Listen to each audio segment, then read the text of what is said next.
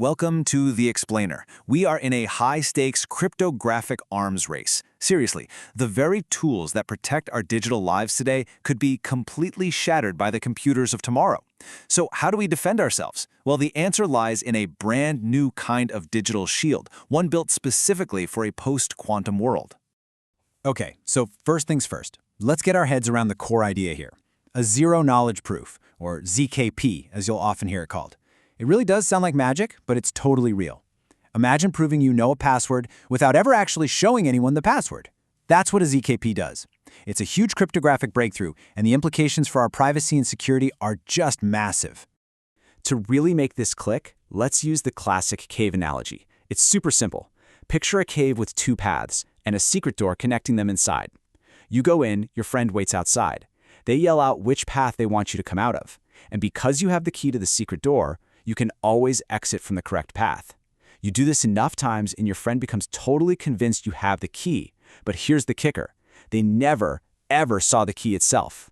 That's the whole essence of a ZKP, proving you know something secret without revealing the secret. And look, this isn't just some theory stuck in a lab. ZKPs are already out there in the wild right now. They're the engine behind huge blockchain scaling solutions like zk-Sync and Starknet. They're what makes private transactions possible on networks like Zcash. And it's not just crypto. Even major players like Visa are exploring this tech for things like private payments. It's happening. So this is powerful stuff, but it all relies on math problems that are just incredibly hard for the computers we have today. But what happens when a totally new kind of computer shows up? One that finds these hard problems, well, pretty easy. What's the hidden vulnerability here? Yeah, the catch is the quantum threat.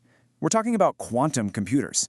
These machines are being designed from the ground up to solve exactly the kinds of math problems that our current cryptography is built on.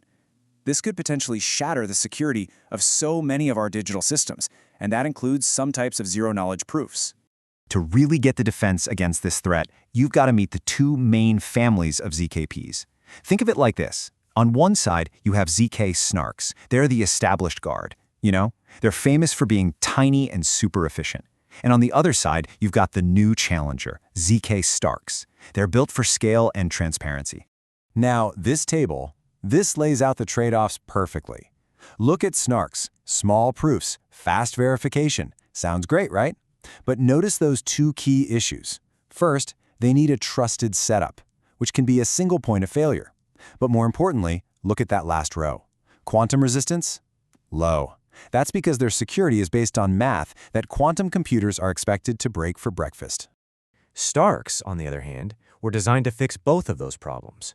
Just like this research points out, they don't need a trusted setup, which makes them more transparent. And here's the most important part. They are built from day one to be secure against quantum computers. They are, for all intents and purposes, our first line of post-quantum defense. So Starks give us this amazing defense, but they don't solve every single problem. And here's a crucial point. Generating any complex ZK proof, doesn't matter if it's a Snark or a Stark, is an incredibly intense, resource-hungry process. This is the big performance bottleneck we have to deal with. It's just slow. And this chart really pinpoints where that bottleneck is. When a computer is creating one of these proofs, it's doing a massive amount of complex math. About 60% of the entire processing time is eaten up by this one operation called a multiscalar multiplication, or MSM. And the other 40% is taken by another process. These two steps are basically the reason proof generation takes so long. So to get over this hurdle, a whole industry has popped up dedicated to one thing: hardware acceleration. The goal is simple: make proof generation way, way faster. We're talking 10 to 1,000 times faster. And they're doing it using specialized chips, some of which you'll recognize, like GPUs from the gaming world, or even custom-built circuits called ASICs. Okay, so while all this specialized hardware is tackling the speed problem, the cryptographic community is already looking beyond Starks. They're working on the next generation of quantum defense. This is the real cutting edge, building our security on totally new mathematical foundations to make sure we stay ahead for decades to come. And this is where we get to the core of that new defense: lattice-based cryptography. Try to imagine a huge, multi-dimensional grid of points, like a crystal lattice. Now the problem is trying to find the closest point on that grid to some other point floating in space. It turns out that's a problem that we believe is incredibly hard for any computer to solve, classical or quantum. This is the new mathematical bedrock, and it's the foundation for systems you're going to hear more about, like CRYSTALS-Kyber and Dilithium. So the ultimate goal here, the holy grail, is to get the absolute best of both worlds. We want the teeny tiny proof sizes and lightning fast verification you get from systems like SNARKs, but with the built-in, future-proof quantum resistance that comes from STARKs and these new lattice-based approaches. You know, this race for resilience has really been a marathon, not a sprint. This timeline just shows the journey, from those first ideas back in the 80s to the game-changing arrival of STARKs in 2018. And now, as we're looking ahead towards 2027 and beyond, the whole focus is shifting to deploying that next generation, ZK systems that aren't just quantum resistant, but are also efficient enough for all of us to use every single day.